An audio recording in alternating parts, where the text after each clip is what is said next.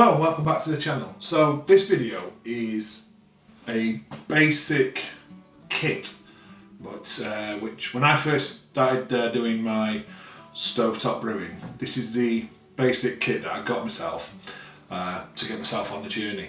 I've done a video previously which is the kit that I use now and a bit more advanced stuff, but this is more of the basic kit which can get you guys involved in doing this stovetop brewing at home. The best thing about stovetop brewing, you may have some of this stuff already at home, and all you'll need is the stuff I'm going to go through. So you may have the additionals which are lying around in your kitchen, because the idea of stovetop brewing is if you can do it in your kitchen on the stove. If you've got a small apartment, you don't need loads of room. So yeah. So first of all, I have banged on about this book before, but we've got the Brooklyn beer making book. This was the very first book I bought.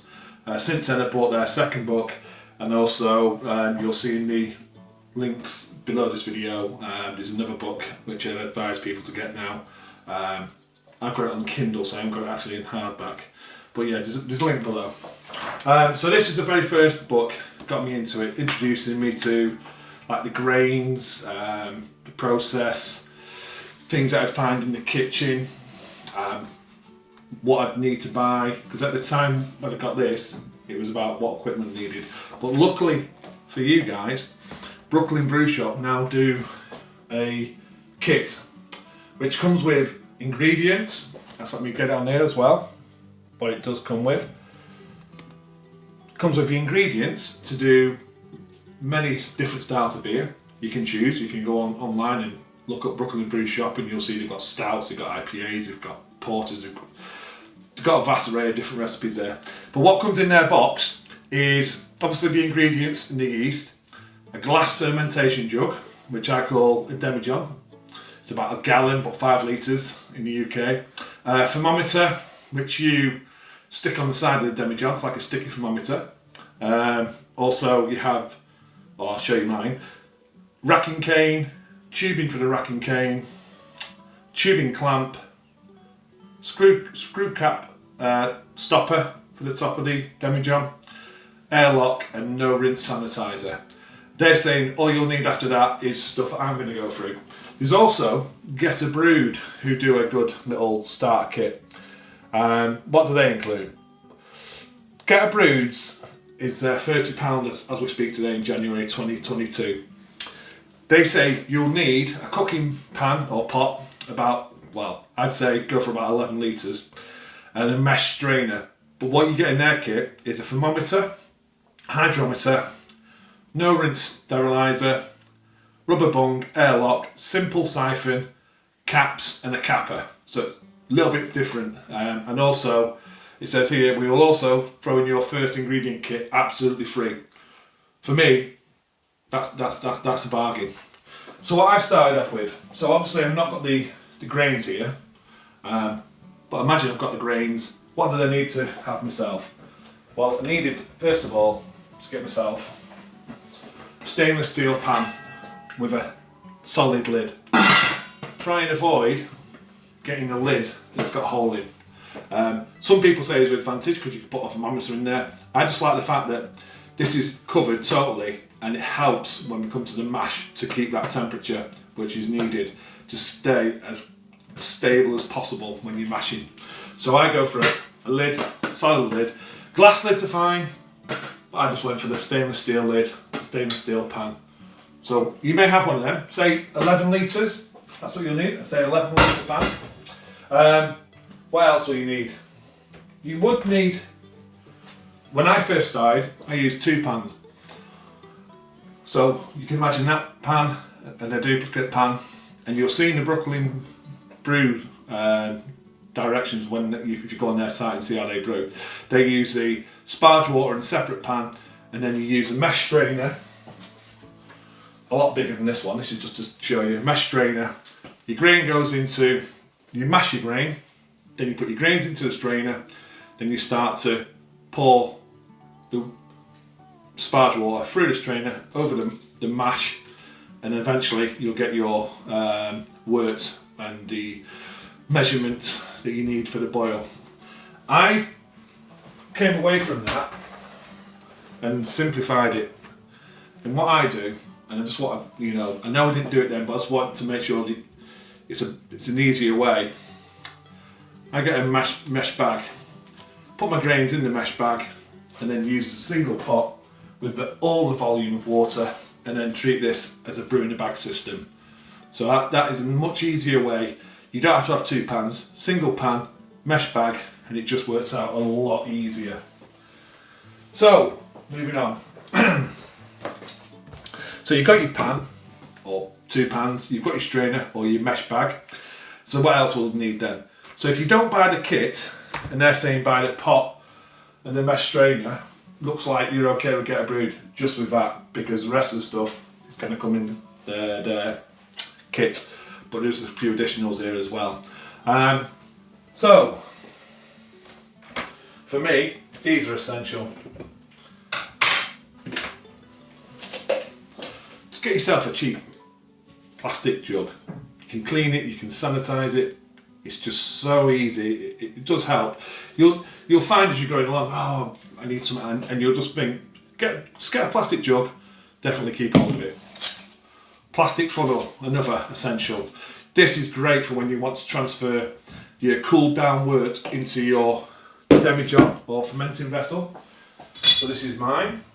This is what I use.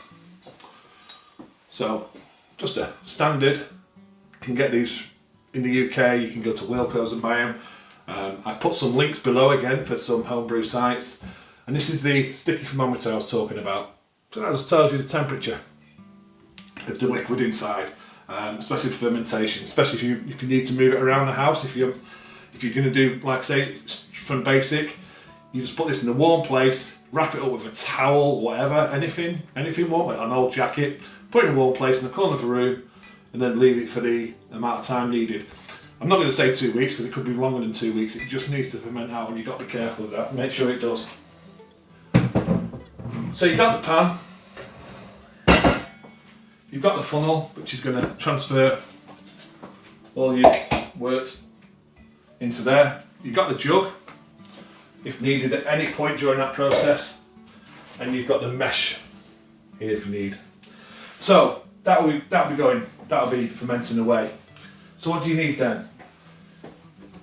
This is what we call a hydrometer. So this measures, you put that, let me take it out of the thing. This measures the gravity of the sugar within the wort. Now, if you want to get, this isn't, it's not essential. So you imagine you put your wort into the container, this then floats, and it gives you a score, gives you a reading. You take the reading at the beginning, straight after you've cooled down the wort, and then you do further readings at the end, just to make sure there's a difference. I'm going to get too technical there, so just really saying, this is just an optional for you, if to measure the gravity. There are instructions as well on the Brooklyn Brew Shop on how to do all this. So, like I say, links are below. Just click on there and you'll see. So you've got that. Other essentials. Soon as your beer is boiled, you want everything that touches that beer. The wort isn't beer yet because it's not fermented. Anything that touches it, you need a no rinse sanitizer. I use Starsan. There's another one called Chempro. And what I do, I make up about 5 litres, and they always keep a spray bottle with Starsan in. So anything that's going to touch after the brew day, when fermenting, bottling, I've always got this handy, and I spray everything, clean everything, spray everything, soak everything in Starsan, and just have this all the time, just there. So you just got it, you can spray anything down. But yeah, Starsan, it's a little expensive, but again, the links are below for the online homebrew stores, or go to your local homebrew store if you've got one, and get yourself that. So yeah, the beer's fermented out, then comes to bottling. Now, Brooklyn Brew Shop, they give you a rack and cane. I prefer mini Auto-syphon. So much easier. Mini auto-syphon with a bottling wand or bottle filler. So you can imagine, goes onto the end of the pipe. You've got your beer now, because it's fermented. Auto-syphon down. This has got a little spring on it. That goes inside a bottle. Imagine the tube inside the bottle, press down that spring, it will fill, take it out, cap the bottle. That, to me, is a definite need. Also, for that Demi-john, you're going to need Bungs, airlock and Bung. And I also use blanked Bungs. The idea of a blank Bung is once you've done the brew day, and you put your wort in here, you've got your yeast in here, make sure that's been sanitised. Like I say, everything that touches this now needs to be sanitised. Demi-john, everything. Put that inside, and then you can shake it up. Brooklyn Brew Shop does say sanitise your hand, put it over the top, shake it. I just prefer sanitise a bung, put that in, shake it around, take it off, then put your airlock. Put the airlock one in. But maybe better advice is, before you put this airlock in, get a tube and then put that into, it can go into another bottle, anything with a bit of sanitizer in, and get the tube going from that bung into there for the first couple of days, and now it's like a blow-off tube. If you just have a look online, blow-off tubes, it's just really saving any mess, so you're not going to get a mess, because sometimes that can get really bunged up with a mess. The other thing that you will get in some of their kits, and you will need, is the thermometer, the glass thermometer. Now I've got a digital one which alarms and everything, but when I first started out, this is all you'll need. It's a glass thermometer. Some of them kits already have them in, or you can buy a single. They're not expensive, but you just need that for measuring the mash temperature. So going back to the beginning.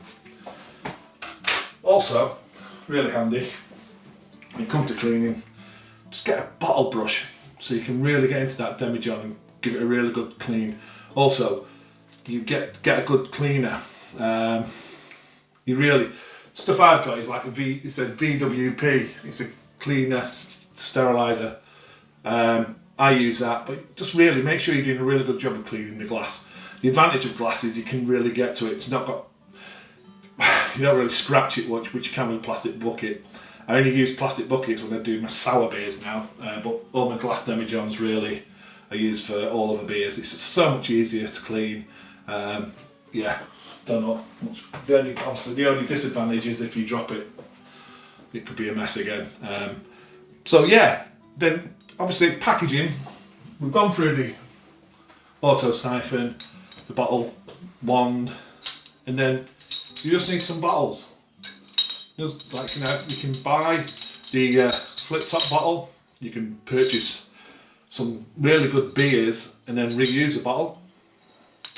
You can buy Coopers. Coopers do a plastic bottle which you can use. You can buy the caps, screw-on caps, or you can just use like a normal bottle with a capper and then caps. So I think I've covered everything on there. There's just a couple of places really to go and get some more information, and one of them is gallonbrewing.com. That's interesting. The brooklynbrewshop.com.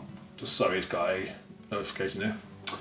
Alesmithing, homebrew.co.uk. Then you've got brewuk.co.uk, bottletopped.co.uk, getabrewed.com, and Malt Miller. I'm putting all the links below so you can have a look.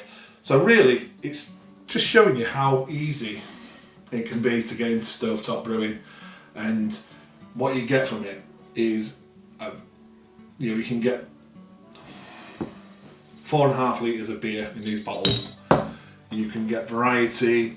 If you don't like it, you've not spent too much, because hopefully a lot of that stuff you've already got in your kitchen. If you buy one of them beer kits from Brooklyn or the Get a Brewed one, it's really good value for money.